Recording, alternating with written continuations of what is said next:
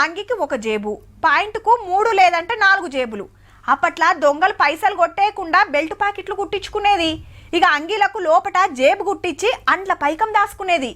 ఇక తాతలు బనీన్లు కుట్టించుకునేది. ఆటకో 2-3 కీసలు పెట్టించేది. మనకు తెలిసి గింతే, కానీ ఓ సరుకు మోస్తానికి ఓ తాత ఎంత ఇకమతి చేసిండంటే మాటల చెప్పుడు కాదబ్బా, వీడియోలో చూడాల్సిందే. కాక చిన్నగా అంకిప్పుతున్నాడు, గుండెలో బందవస్తు ఇచ్చినట్టున్నాడు, ఎల్లిపాడైతలేదు.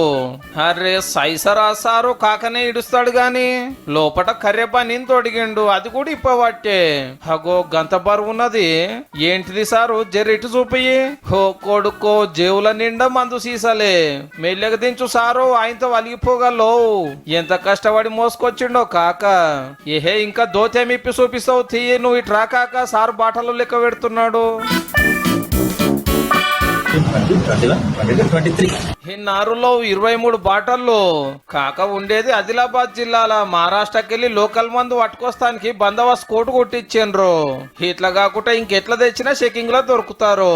బక్క పల్సని పోయి మంచిగా బాటలు బాడీకి తలిగించుకొని బాజాబ్తా బార్డర్ దాటి వస్తున్నాడు. ఇంత ఎవలాపకారాల్లో చెవులేసిండ్రో, ఇవాళ అరెస్ట్ చేస్తే భాగవతం అంతా బయట పడ్డది. ఇంకో ఇద్దరిని కూడా పట్టేసిండ్రు. కానీ ఇంత పెద్ద పని కాకతోటి కాదుల్లో, 10వ పరకో పైసా కాశ పడికి పని చేసినట్టున్నాడు. వెనకాల ఉన్న అసలు పట్టుకొని సాలరు, ఇంకెన్ని తీలు రికమతులు చేస్తున్నారు.